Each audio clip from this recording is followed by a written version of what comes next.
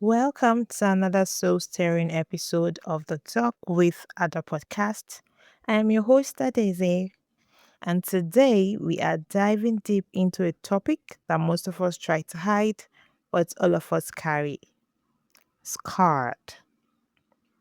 In our physical world, a scar is a sign that a wound has closed. It is the body's way of knitting itself back together after a trauma.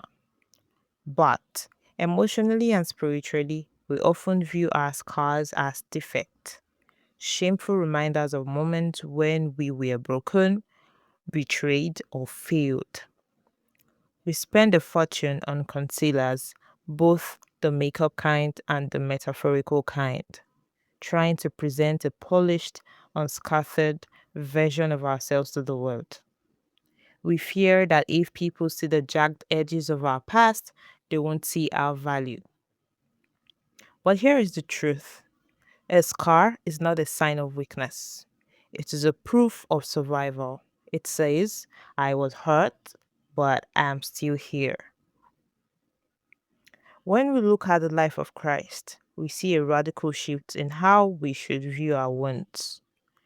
After the resurrection, Jesus didn't return with a perfect, blemish free body, he kept his scars. When Thomas doubted, Jesus didn't just tell him he was alive.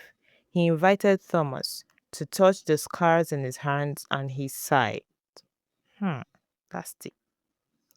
Scars are evidence. In the kingdom of God, scars are the credentials of victory. The proof that the battle was real, but the enemy didn't win.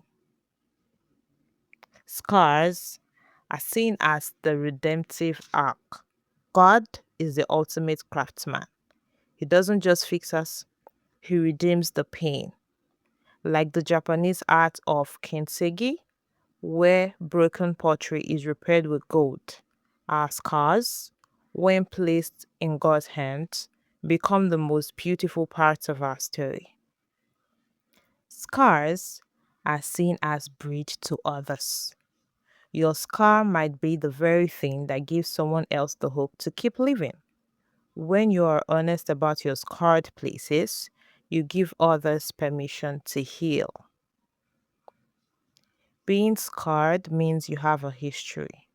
It means you've lived, whether it's the scar of a failed business, a broken relationship, or a season of depression. Those marks do not define your future, they refine your character. If you are listening today and you feel like damaged goods, remember that the most significant act of love in history was performed by a man with nailed pierced hands. Think about all that Jesus went through just for you. I mean, your Jesus, my Jesus, our Jesus also has scars, and he's not hiding it. Those scars are the proof of his love for us. Those scars are the proof of all that he went through just for us. When we see those scars, or when we remember those scars, or when he remembers those scars, or whenever he looks at those scars, he remembers the people that he actually came to the world to die for.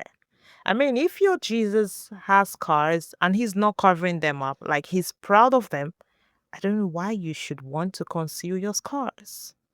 Your scars are actually a stepping stone to your next level of fulfilling purpose. You are one step away from saving another person.